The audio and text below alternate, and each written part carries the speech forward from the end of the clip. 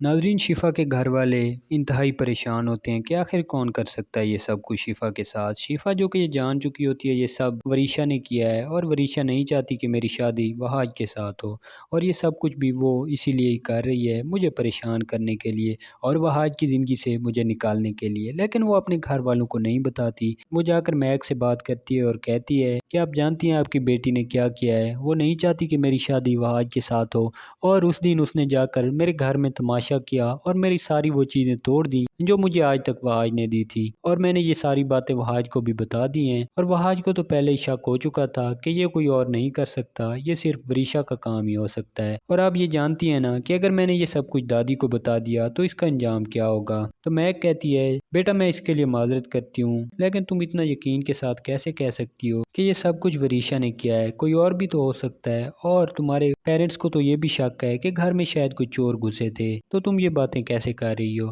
تو شفا کہتی ہے مامی میں سب کچھ جانتی ہوں، اور آپ بھی شاید یہ سب جانتی ہیں، لیکن آپ بتانا نہیں چاہ رہی۔ ادھر شفا اپنے باپ کے پاس جاتی ہے اور اسے بتاتی ہے کہ میں نے یہ سب کچھ کر دیا ہے۔ ادھر وریشا اپنے باپ کے پاس جاتی ہے، محمود کے پاس، اور اسے بتاتی ہے کہ میں نے شفا کے ساتھ دشمنی مول لے لی ہے، اور یہ سب تماشا میں نے کیا ہے۔ جب محمود یہ سنتا ہے تو اس پر غصہ ہوتا ہے اور کہتا ہے تم نے یہ کیا پاگل پن کیا ہے؟ میں نے تمہیں یہ کہا تھا کہ تم شفا کے ساتھ دوستی کر لو، اور جب تمہاری شفا کے ساتھ دوستی ہوگی تو آٹومیٹیکلی تمہاری وہاج کے ساتھ بھی دوستی ہوگی، کیونکہ وہ دونوں بچپن کے دوست ہیں، اور اس لیے تمہارا مقصد آسانی سے تمہیں مل جائے گا۔ وریشا کہتی ہے مجھے غصہ آ گیا تھا، اور اس وقت مجھے کچھ بھی سمجھ نہیں آ رہا تھا۔ میں نے وہ ساری چیزیں دیکھی جو وہاج نے اس کو آج تک دی تھی، اور وہاج وہ ساری چیزیں مجھ سے چھین کر اسے دیتا رہا ہے، تو یہ میرا حق تھا، اس لیے مجھ سے وہ برداشت نہیں ہوا اور میں نے سب کچھ توڑ دیا تھا۔ تم نے جو کیا ہے ٹھیک نہیں کیا، لیکن اس پہ اب کچھ کیا بھی نہیں جا سکتا، اور تم ایک بات اور ذہن نشین کر لو،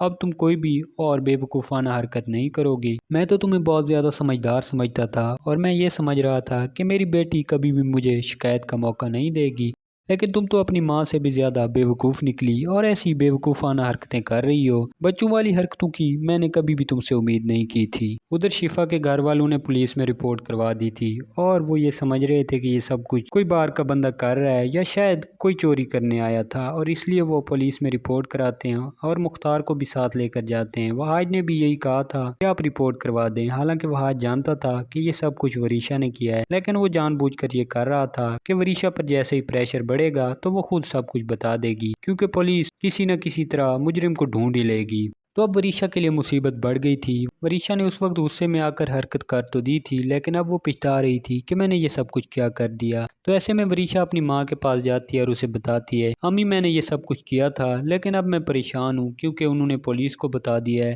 اور پولیس کسی نہ کسی وقت مجھے پکڑنے بھی آ سکتی ہے۔ میگ یہ سن کر حیران ہوتی ہے اور کہتی ہے تمہیں کیا ضرورت تھی یہ سب کچھ کرنے کی؟ تم جانتی ہو نا پہلے ہی وہاج اور شفا تمہارے دشمن ہیں، اور انہیں تو پہلے ہی تم پر ہی شک تھا، اور میں یہ سمجھ رہی تھی کہ وہ غلط شک کر رہے ہیں تم پہ، لیکن تم نے تو خود ہی موقع دیا ہے انہیں اپنے خلاف باتیں کرنے کا، اور اب تو وہ پولیس میں رپورٹ بھی کروا چکے ہیں، اور اگر پولیس آ گئی تو تمہارا کیا ہوگا؟ وریشا رونے لگتی ہے اور کہتی ہے امی آپ ایک بار مجھے بچا لیں، کیونکہ پولیس یہ سمجھے گی کہ میں کچھ چوری کرنے وہاں سے گئی تھی، اور اگر پولیس مجھے نہ بھی لے کر گئی تو میں کبھی بھی وہاج کی زندگی میں نہیں جا سکوں گی، کیونکہ وہاج تو پہلے بھی چاہتا ہے کہ میں اس سے دور رہوں، اور اسے ایک اور بہانہ مل جائے گا، اور دادی اور مختار چاچو جو کہ پہلے میری حمایت کرتے تھے اگر ان کو حقیقت پتہ چلی تو وہ بھی میرے خلاف ہو جائیں گے۔ میں کہتی ہے بیٹا اب میں کیا کر سکتی ہوں، یہ تمہیں کرنے سے پہلے سوچنا چاہیے تھا نا، میں تمہیں پہلے بھی منع کرتی ہوں کہ کوئی بھی الٹا سیدھا قدم نہ اٹھانا جس سے بعد میں تمہیں پچھتانا پڑے۔ وہاج جو کہ کام کے سلسلے میں باہر گیا تھا، تو جب یہ سب کچھ وہ سنتا ہے کہ شفا کے ساتھ وریشا نے یہ سب کیا ہے